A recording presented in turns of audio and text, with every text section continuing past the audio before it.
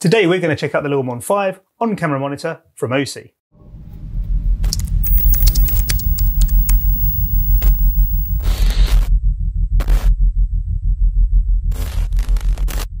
When I created my YouTube channel, one of the first videos I put up on it was about the uses and benefits of an on-camera or field monitor. And over the past couple of years, my monitor has become one of the most useful things I have in my camera bag.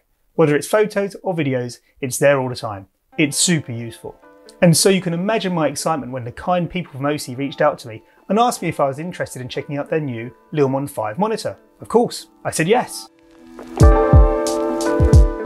This is the OSEE Lilmon5 monitor.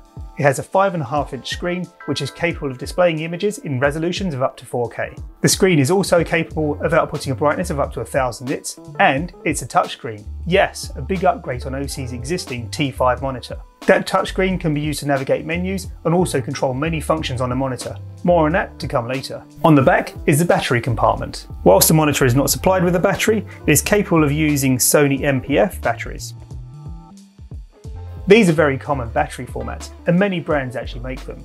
And actually, many other accessories also use them, which is great. For instance, my lighting rig uses the same batteries, meaning that I don't have to worry about buying a different battery type for different accessories or carrying numerous different chargers. Really helpful. And whilst I'll generally use batteries to power this monitor, you can also power it from the mains or from a power bank via the DC input. These are not supplied with the monitor, however it's a very generic type of input, so you'll easily be able to buy one of these should you want one. And it's a great option as backup should your batteries run out in the field. Finally, on the back, you also have the HDMI input, which you can use to connect the monitor to your camera, and also an output. We'll come on to that more in a little bit. Move to the right hand side, you have the power button and a 1/4-inch mounting thread. Not a lot more to say about these, so let's move on. However, flip to the left hand side and you have a number of different connectors. Firstly, you have a headphone connector. This will actually allow you to monitor the sound your camera is picking up through the monitor itself. And this is a great inclusion on this monitor, as if your camera itself doesn't have a headphone jack, well then you still have the possibility of monitoring sound in real time using this headphone jack. Secondly, there's also an RS232 remote connector. Now the monitor's instruction booklet doesn't really make a huge amount of comment on this, so I'm not really sure of its use. However, maybe in the future you'll be able to control your camera through the monitor via its output. Who knows? If you have any ideas, please leave them in the comment section below. And finally on this side, you have a battery out, and this can be used in conjunction with a dummy battery to power your camera. Think about it, if you're out in the field and all of a sudden your camera batteries fail or run out and you've still got some shots you want to get, well then via this connector, you can get them. A great option just to make sure that your time's not wasted. Looking at the bottom of the monitor, here you have another 1/4-inch screw thread so you can attach it to your camera rig, but you also have an SD card slot. Now this can be used to upgrade the firmware on the monitor, but also import user LUTs or lookup tables. More on that to come.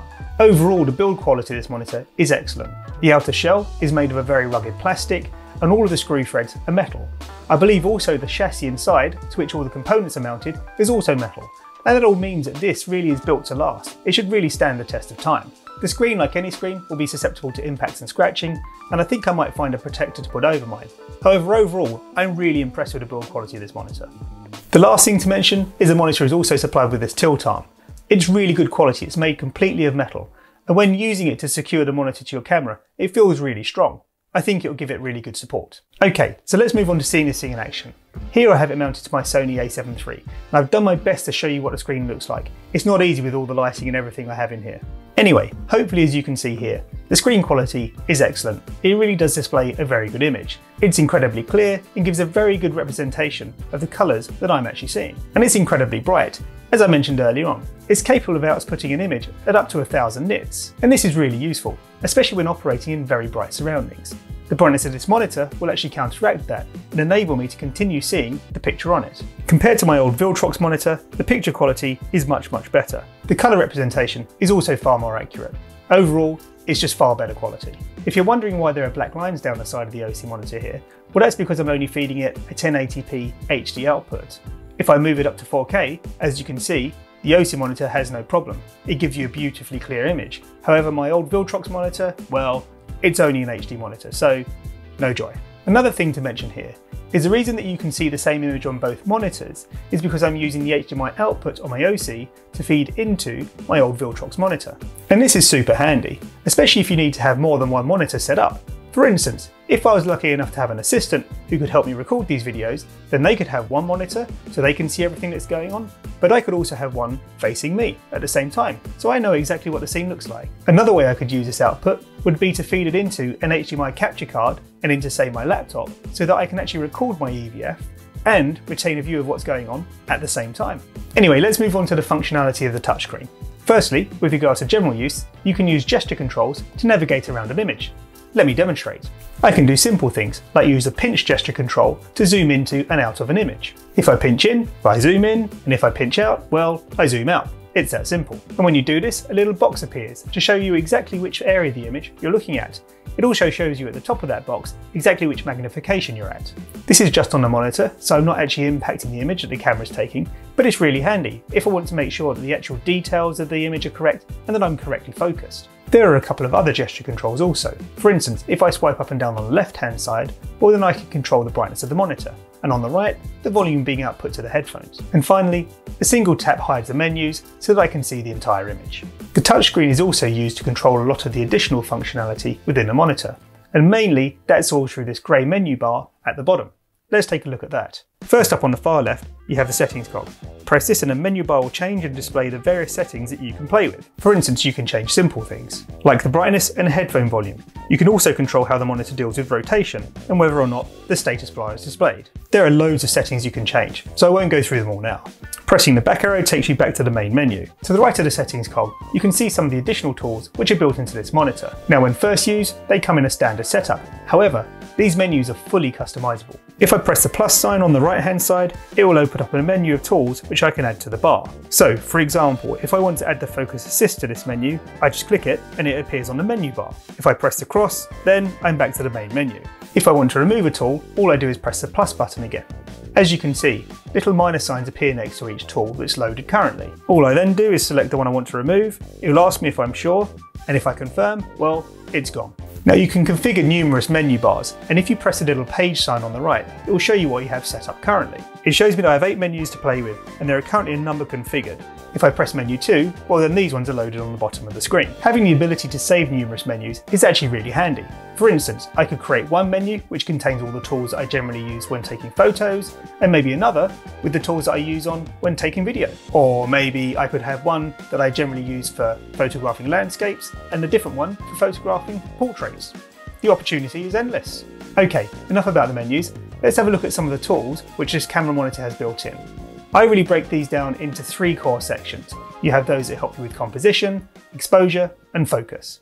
Let's take a look at each in turn. Starting off with the composure tools. The first one we're going to look at is the safe tool. This, when turned on, shows the safe areas in which the subject of the shot can be captured, and there's less of a risk of it being cropped out or falling outside of the area of attention. So it provides these 2 boxes. The outer one, where action is recommended to be captured within, and the inner one, where titles should fall. Pressing the up arrow on the left hand side of the screen will open an additional menu where you can toggle these on and off. Next up, we have the aspect tool. And this one's really useful. When turned on, it will black out the areas that would be cropped out if the video is recorded in, say, 4K, but then a different aspect ratio is applied in post-production. For example, here you can see that I've applied the ratio that is used for phones when creating YouTube Shorts or Instagram Reels. This clearly shows what will be left once a 4K image is changed into this aspect. And therefore, if you intend to use this footage for that kind of output, well, you can make sure that everything you wanted is captured in the final picture. Again, pressing the up arrow on the left-hand side enables this to be modified to different output ratios, including a custom one. You can also increase and decrease the opacity of the blacked out areas in case you still want to see what's left behind them. Okay, moving on. Next up we have the crosshatch tool, and this will lay a grid over the image. You can choose what kind of grid you want for the menu, and this will help you ensure that the subject of your photo or video is placed where you want it to be in the scene. And finally, for this demonstration at least, there's the center tool. This will create a cross in the middle of the image so you know exactly where it is at all times. And if you want something centered, then this is what you line it up with. These are just some of the tools that can help you out with composition.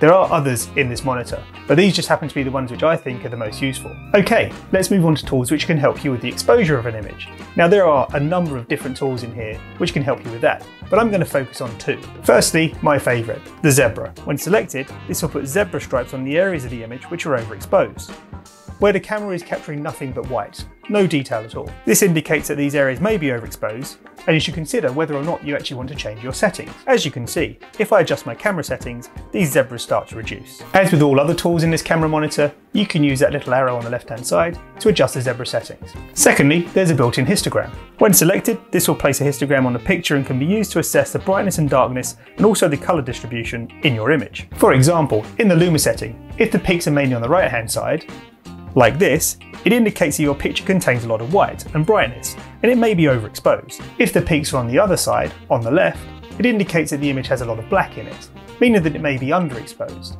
Many photographers will aim to have the peaks in the middle to have an even distribution of light and dark in their photo and achieve a proper exposure. You can also use the menu to change this to an RGB histogram.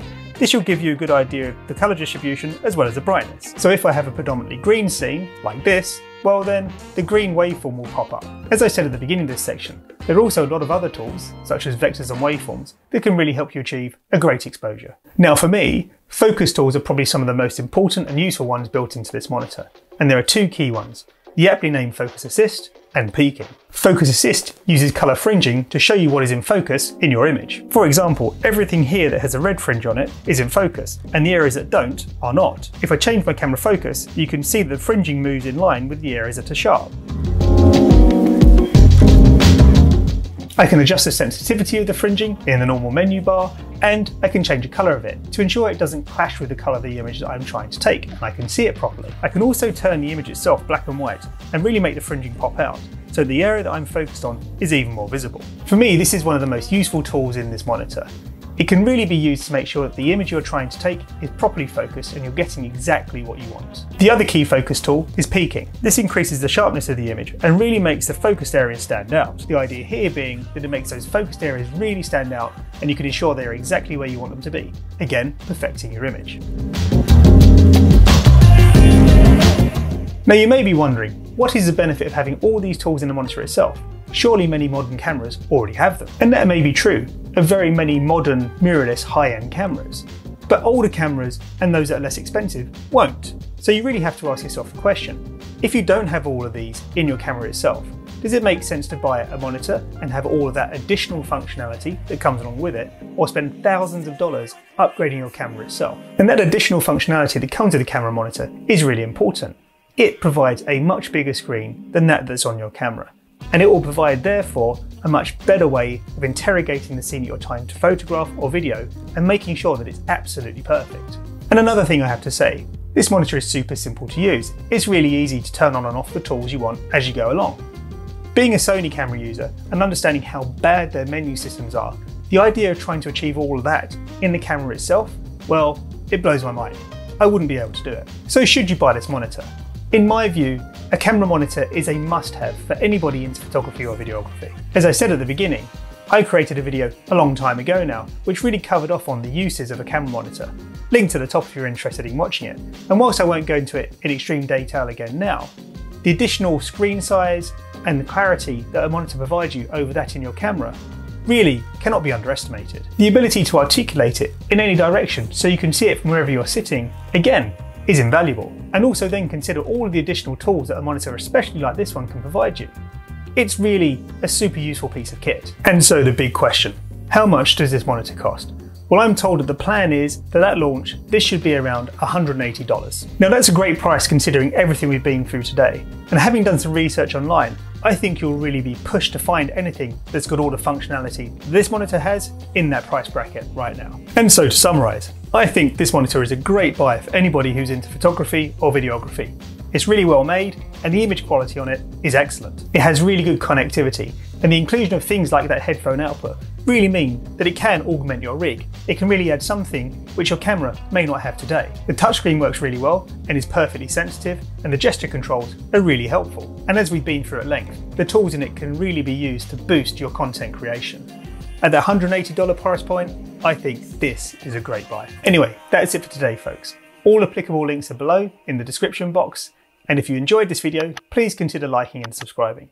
If you have any feedback or questions, please leave those in the comments section below. And as always, until next time, have a great day.